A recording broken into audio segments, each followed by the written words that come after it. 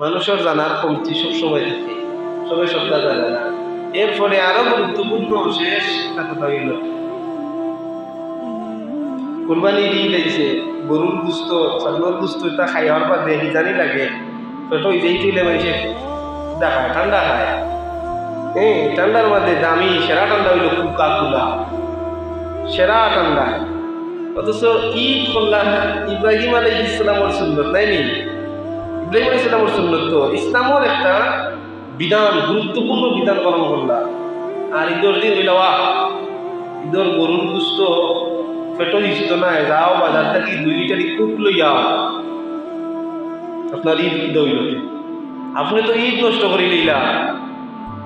Cook আমরা খাইতাম না, ওই যে কোকা কোলা দেখছেন না নি?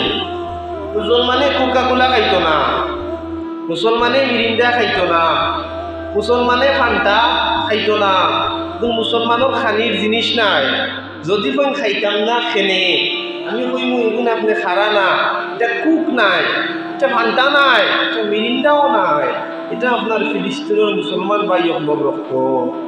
তখন যদি আপনার মনে হয় খাইতা খাওতা, কারণ কোকা কোলার যে লভ্যাংশ যেটা বেনিফিট যেটা হয় এটার 9% ইসরায়েলকে দেওয়া হয়। আর ইসরায়েলেও টাকা পাইয়া বোমা বানায়, অস্ত্র বানাইয়া ওদের দিয়ে আপনার ফিলিস্তিনের মুসলমান ভাই ওদের মারে। আপনি কোকা কোলা খাইরা, ফান্টা খাইরা, আর মিরিন্ডা খাইরা, না আপনার ফিলিস্তিনের মুসলমান ভাই ওদের রক্ত খাইরা, কিতা খাইরা? আমরা খাইতাম নি তা? কেউ খাইতাম নাই, কেউ খাইতাম নাই, সবে বয়কট করলি, আমরা খাইতাম নাই। এদিন দেখছি এক ভাই দেখছই ফেসবুক কোকা কোলা বর্জন করে নিতে পারেন, ফেসবুক বর্জন করেন না কেন? ফেসবুকও তো ইহু দিয়ে বানাইছে, যুক্তি তো সুন্দর না নেই। আচ্ছা কোকা চাই বানাইছে ইয়াহু দিয়ে, কিন্তু ও ফেসবুক রে ডাল বানাইয়া আমরা ইসলাম প্রচার করতাম নি। অর্থাৎ তার জিনিস দিয়া তার ক্ষতি করলাম, তার জিনিস দিয়া তার ক্ষতি করলাম, এগুলো তো বা দোয়া নাই। কিন্তু আমি খুব খাইলাম, এটা তো বেনিফিট, এটা তো আমার কিছু ফায়দা হল না।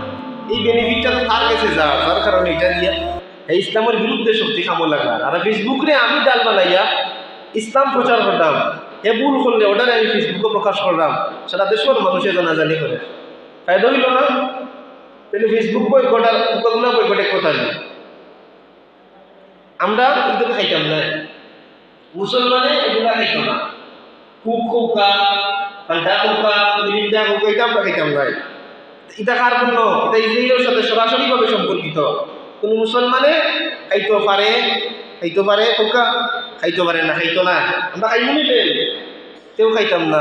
কুরবানির গুস্তর লোকে কুক লাগাই দিলা, কুরবানির গুস্ত তো নষ্ট করে দিলা। কুরবানির গুস্তর লোকে কুক এড হইতো না, কুরবানির গুস্তর লোকে ফান্টা এড হইতো না, কুরবানির গুস্তর লোকে মিরিন্ডা এড হইতো না। আল্লাহ আমরা সবরে কুরবানির মাহাত্ম্যতা, কুরবানির ফজিলত বুঝার, মানার, আমল করার তৌফিক দান করুক। সবাই কই আমিন।